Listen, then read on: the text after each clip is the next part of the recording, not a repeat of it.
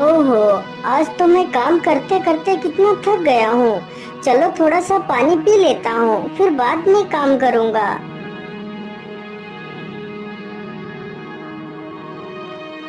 प्रताप तुरंत ही पानी पीने के लिए पेड़ के पास जाता है और घड़े को उठाता है। अरे ये क्या, घड़ा तो पूरी तरह खाली है, इसमें तो पानी है ही नहीं। चलो ऐसा करता हूँ, पास वाले तालाब पर चलकर वहीं से इस घड़े को भरकर ले आता हूँ। इतना सोचकर प्रताप घड़ा लेकर पानी भरने के लिए चल पड़ता है। अरे ये क्या, ये तो परियां हैं जो इस तालाब में स्नान कर रही हैं। इस परी को देखकर तो लगता है जैसे पूरे ब्रह्मांड की सुंदरता निकलकर इस परी के अंदर समा गई हो। इस परी को देखने के बाद तो कुछ और देखने की इच्छा ही नहीं हो रही। अरे रूपमाला, आज तो इस तालाब में स्नान करके आनंद ही आ गया। हाँ प्रेमलता, तुम बिल्कुल ठीक कहती हो। इस प्रकृति के इतने सुंदर नजारे को देखकर तो मेरा मन प्रसन्नता से भर जाता है। अरे बहन, अब क्या यही स्नान ही करती रहोगी? चलो, हमारा वापस जाने का समय हो गया है। कहीं किसी ने हमें यहाँ देख लिया तो मुसीबत आ जाएगी। हाँ हाँ, तुम ठीक कहती हो, अब हमें चलना चाहिए। सारी परियां अपने अपने वस्त्र उठाकर चली जाती हैं, लेकिन रूपमाला का कंगन उसी स्थान पर छूट जाता है।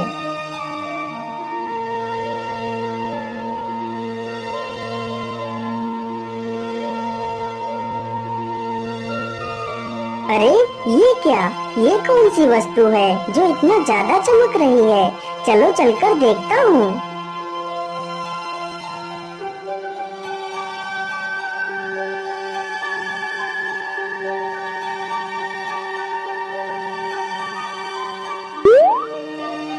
ये तो कोई चमकदार कंगन लगता है। मुझे लगता है यह कंगन जरूर उस सुंदरी का होगा। चलो मैं इसे अपने पास ही रख लेता हूँ।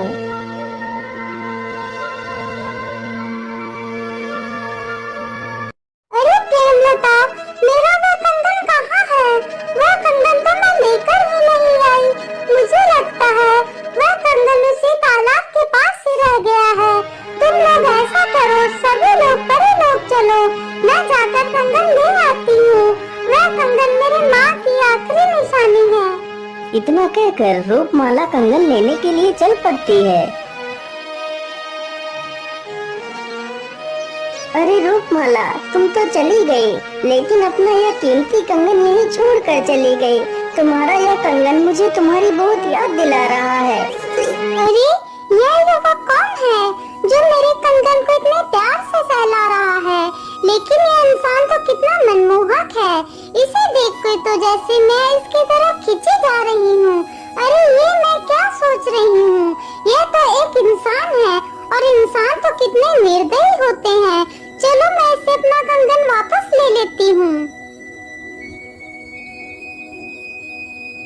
अरे ओ युवक, ये कंगन मेरा है, तुम मुझे मेरा कंगन वापस दे दो। प्रताप उस परी को अपने सामने खड़ा देखकर उसी परी को एक टक मारकर देखता रहता है, मानो प्रताप उसी परी में खो गया हो। अरे तुम कहाँ खो गए? चलो जल्दी से मेरा कंगन मुझे वापस करो। हाँ हाँ, क्यों नहीं। मैं तो ये कंगन आपको देने के लिए आपकी प्रतीक्षा कर रहा था। अरे ये क्या, मैं उसके बारे में जैसा सोच रही थी वैसा तो वह बिल्कुल नहीं है। प्रताप तुरंत ही परी को उसका कंगन लौटा देता है। फिर वह परी वहाँ से चली जाती है।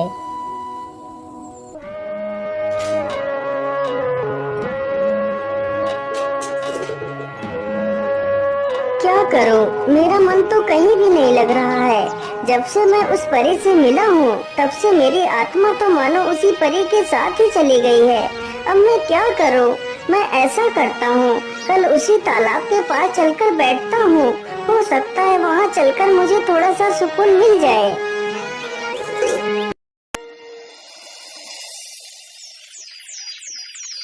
अगली सुबह प्रताप उसी जंगल में तालाब के पास जाकर एक पेड़ के नीचे बैठ जाता है। उधर परी लोक में उस परी का हाल भी कुछ प्रताप के जैसा ही था। क्या करूं? जब से उस युवक को देखा है तब से मुझे कुछ भी अच्छा नहीं लग रहा है। मैं ऐसा करती हूँ, कुछ देर के लिए उसी तालाब पर घूमकर आ जाती हूँ। इतना सोचकर रूपमाला भी वहाँ से चल देती है। अरे ये क्या, इतनी सुंदर बांसुरी कौन बजा रहा है?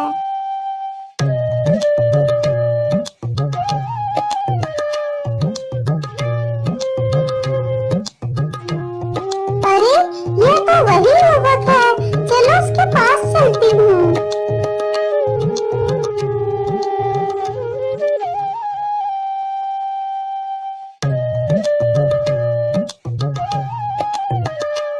अरे वाह युवक, तुम तो कितनी मनमोहक बांसुरी बजाते हो। तुम्हारा नाम क्या है? अरे आप यहाँ पर कैसे? हाँ, जैसे तुम यहाँ पर आ गए वैसे मैं भी आ गई, लेकिन अभी तक आपने अपना नाम नहीं बताया। मेरा नाम प्रताप है, और वैसे आपका क्या नाम है? मेरा नाम रूपमाला है, प्यार से मुझे लोग रूप बुलाते हैं। इसी प्रकार वे दोनों रोज एक दूसरे से मिलने लगते हैं। अच्छा प्रताप, अब मैं चलती हूँ, मेरा वापस जाने का समय हो गया है। क्या हम लोग कुछ देर और नहीं बैठ सकते? लेकिन प्रताप, मैं तो सुबह से तुम्हारे पास ही बैठी हूँ, अब तो शाम भी होने वाली है, इसलिए मुझे चलना चाहिए। ठीक है रूप, मैं कल तुम्हारा इसी जगह पर इंतजार करूँगा।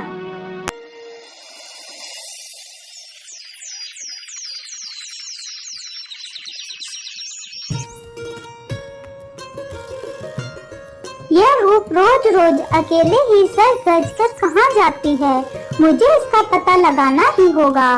चलो आज इसका पीछा करती हूँ।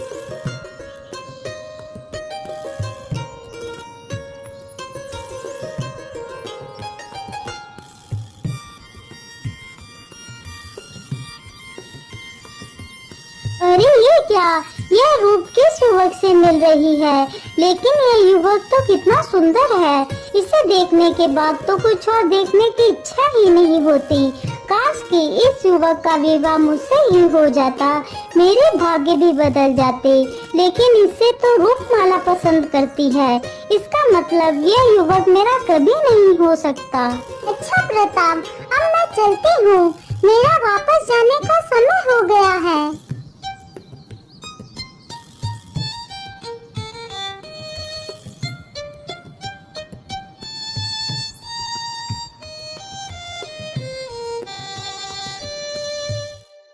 चलो मैं इस युवक का पीछा करती हूँ और देखती हूँ आखिर ये इंसान कहाँ पर रहता है। इतना सोचकर वह दुष्ट परी प्रताप का पीछा करते करते उसके घर तक चली जाती है। अरे बेटा, तू पूरे पूरे दिन कहाँ गायब रहता है? तू तो ठीक से खाना पानी तक नहीं खाता पीता।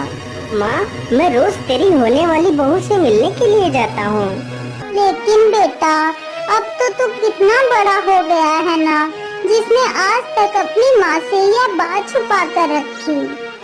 अरे नहीं नहीं माँ, मैं बस आपको बताने वाला ही था। अरे माँ, आज तक मैंने भला आपकी मर्जी के बिना किसी कार्य को किया है जो मैं ये काम कर लेता? माँ, यदि तू कह दे तो तेरे लिए ऐसी हजारों लड़कियाँ कुर्बान हैं, लेकिन माँ तुझसे बढ़कर मेरे लिए कोई नहीं है। नहीं नहीं मेरे पुत्र, मेरे लिए तेरी खुशी से बढ़कर भला कोई चीज हो सकती है। जहाँ तू खुश है वहाँ मैं भी खुश। अरे वाह, इन माँ बेटे के अंदर तो कितना प्रेम है। जो माँ कहेगी बेटा उसी बात पर अमल करेगा, तो फिर क्यों ना मैं इसकी माँ को ही बंदी बनाकर ले जाती हूँ। फिर इस युवक से मैं आराम से विवाह कर सकती हूँ। जो ये बुढ़िया बोलेगी वह उस युवक को मानना ही पड़ेगा। जैसे ही आधी रात होती है तो दोनों माँ बेटे सो जाते हैं। वह दुष्ट परी अपनी जादुई छड़ी से उसकी माँ को उड़ाकर ले जाती है।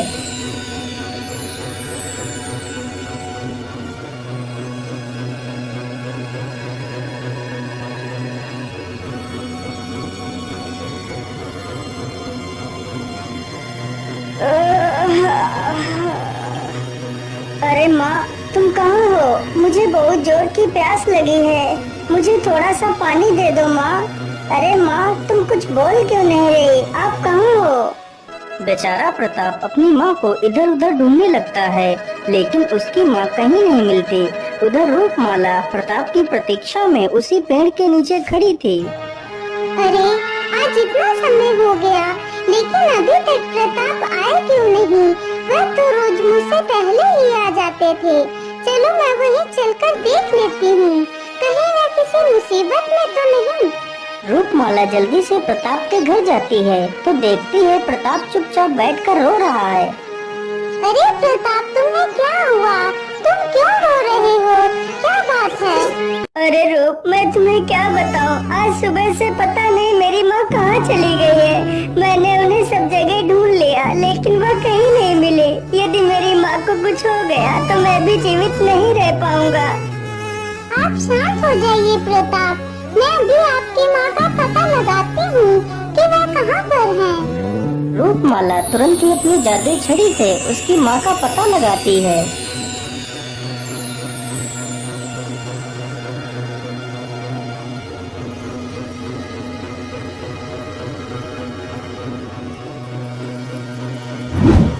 अरे ये क्या?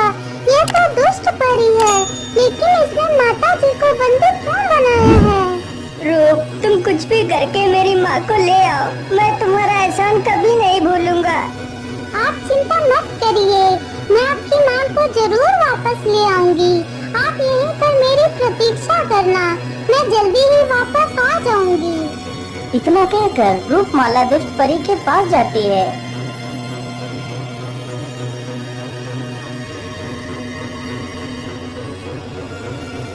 हे दुष्ट परी, आपने बिना किसी वजह के माता को बंदी क्यों बनाया है? तुम तो जानती हो रूप, मैं कभी भी बिना किसी वजह से कोई कार्य नहीं करती। लेकिन तुम्हारा इस प्रकार इन बुरी माँ को बंदी बनाने के पीछे क्या प्रयोजन है?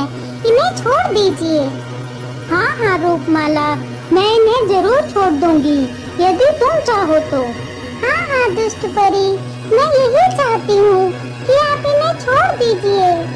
अरे वाह रूप, तुम तो कितनी चालाक हो। मेरी इच्छा जाने बिना ही मैं इन्हें कैसे छोड़ दूँ? तो आप क्या चाहती हो? आप इनकी आजादी के बदले मुझसे कुछ भी मांग लो, मैं तुम्हें दे दूंगी, लेकिन इन्हें आजाद कर दो। तो फिर ठीक है, मुझे तुम्हारा प्रताप चाहिए। उसकी जिंदगी से दूर चली जाओ, वह सिर्फ मेरा है।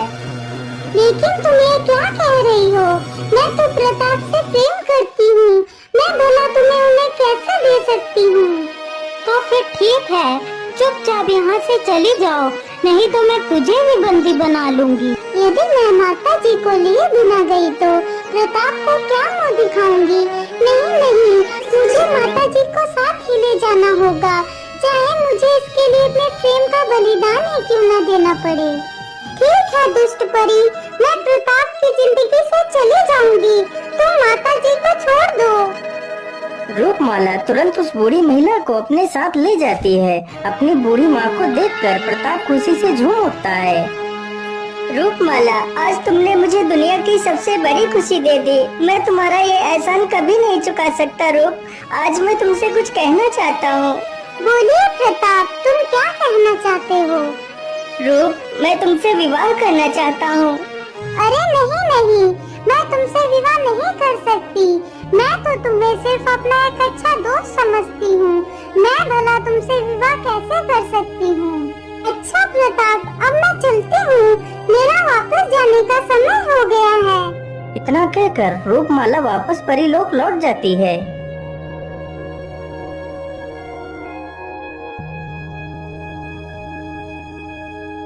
इस प्रकार 2-3 दिन गुजर जाते हैं, लेकिन रूपमाला पृथ्वी पर नहीं आती। इस वजह से प्रताप बहुत दुखी हो जाता है।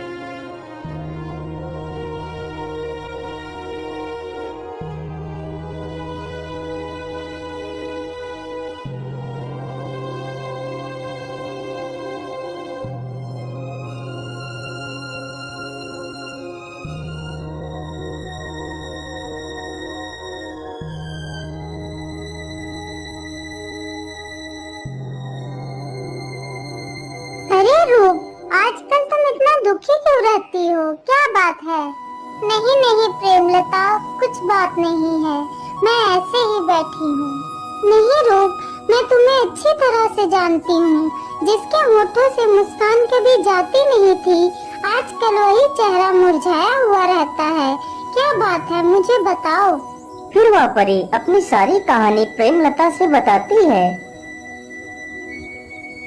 अरे रूप, तुम्हें दुखी होने की आवश्यकता नहीं है। मैं कल तुम्हारे साथ पृथ्वी लोक चलूंगी और प्रताप को सब कुछ सच बता दूंगी।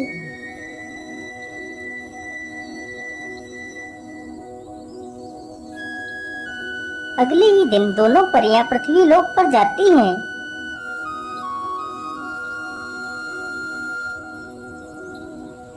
नहीं प्रेमलता, मैं प्रताप के पास नहीं जा सकती। मैं उससे प्रेम तो बहुत करती हूँ, लेकिन उससे विवाह नहीं कर सकती। यदि मैंने उससे विवाह किया तो दुष्ट परी उसकी माता को मार डालेगी।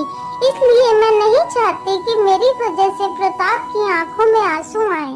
रूपमाला की ये सारी दुख भरी दास्तान प्रताप छिपकर देख रहा था और उससे रहा नहीं जाता। वह तुरंत ही उनके सामने जाकर खड़ा हो जाता है।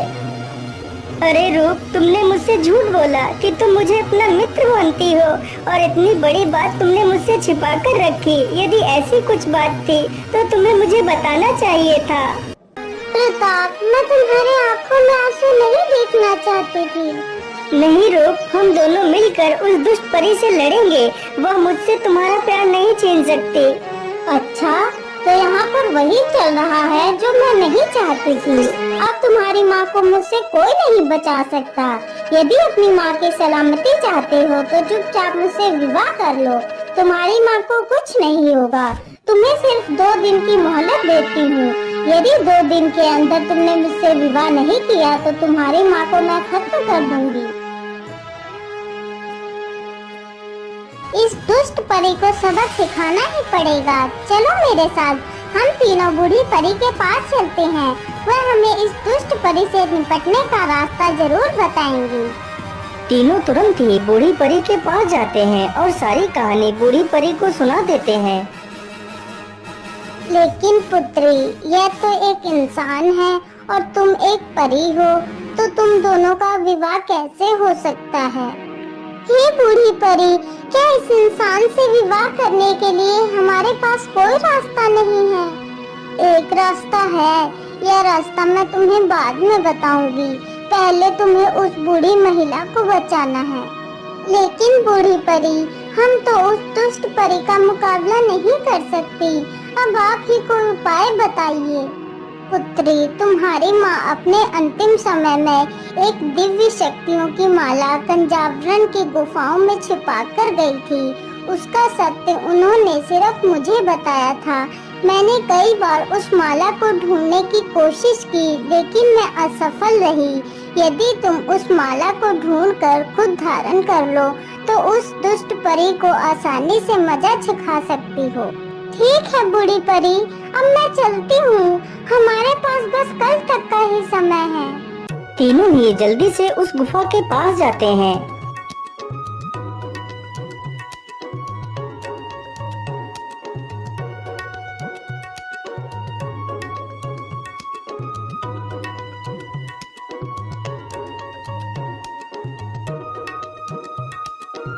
तीनों को माला ढूंढते ढूंढते काफी समय हो जाता है, लेकिन माला कहीं भी नहीं मिलती। अब क्या करें, माला तो कहीं भी नहीं मिली। अरे रूप, हमने पूरी गुफा ढूंढ ली, लेकिन इस पत्थर के पीछे तो देखा ही नहीं। चलो इस पत्थर के पीछे भी देख लेते हैं। परी जैसे ही उस पत्थर को हटाती है तो उस पत्थर के पीछे भी एक सुरंग होती है। अरे रूप, यहाँ पर तो एक और सुरंग है। जरूर वह माला इसी सुरंग में होगी। इतना कहकर तीनों सुरंग में घुस जाते हैं। अरे रूप, उधर देखो, वहाँ पर कोई चमकदार वस्तु है। मुझे लगता है वही दिव्य माला है। चलो चलकर देखते हैं।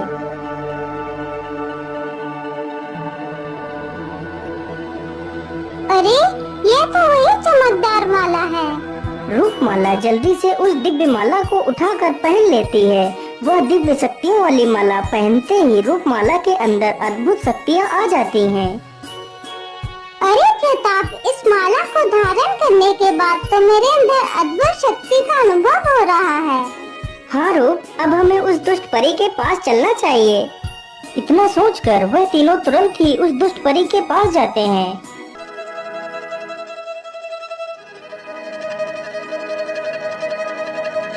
आइए आइए, बोलिए क्या विचार किया? अपनी माँ की सलामती चाहते हो या नहीं? हम तो अपनी माँ की सलामती चाहते हैं, लेकिन मुझे लगता है तुझे अपनी जान की कोई फिक्र नहीं। चल जल्दी से माता को आजाद कर दे, नहीं तो मैं तुझे मार डालूंगी। क्या बोला? तू मुझे मारेगी? इस दुष्ट परी को मारेगी? इतनी शक्ति तेरे अंदर कहाँ से आ गई जो तू मुझे मारने की बात कर रही है? ये ले मेरे वार से बच। दुष्ट परी रूपमाला पर प्रहार करती है, लेकिन उसके प्रहार का रूप पर कोई असर नहीं होता। दुष्ट परी, तूने तो अपनी शक्ति दिखा दी, अब मेरा प्रहार दे। रूपमाला अपना प्रहार उस दुष्ट परी पर करती है। प्रहार होते ही दुष्ट परी एक चूहिया बन जाती है। ये क्या हुआ? मैं तो एक चूहिया बन गई। अब बता दुष्ट परी, मैं तुझे जान से मार दूं? नहीं रूप, मुझे जान से मत मारो। मैं अपनी शक्तियों के मद में अंधी हो गई थी, मुझे माफ कर दो। अब मैं कोई भी गलत कार्य नहीं करूंगी, मैं तुम्हें वचन देती हूँ। फिर रूपमाला उस दुष्ट परी को ठीक कर देती।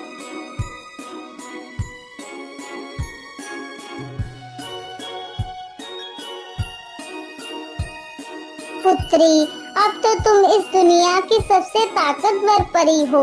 तुम्हारी जब भी इच्छा होगी तो तुम एक इंसान बन जाओगी और जब चाहोगी एक परी बन जाओगी। तुम इस दिव्य माला को अपने गले में हमेशा पहन कर रखना। फिर रूप अपने मन में एक इंसान बनने की कामना करती है, तो वह तुरंत एक इंसान बन जाती है। उसके पर गायब हो जाते हैं। फिर उन दोनों का विवाह हो जाता है और वह तीनों वापस पृथ्वी लोक पर चले जाते हैं और खुशी खुशी अपना जीवन व्यतीत करने लगते हैं।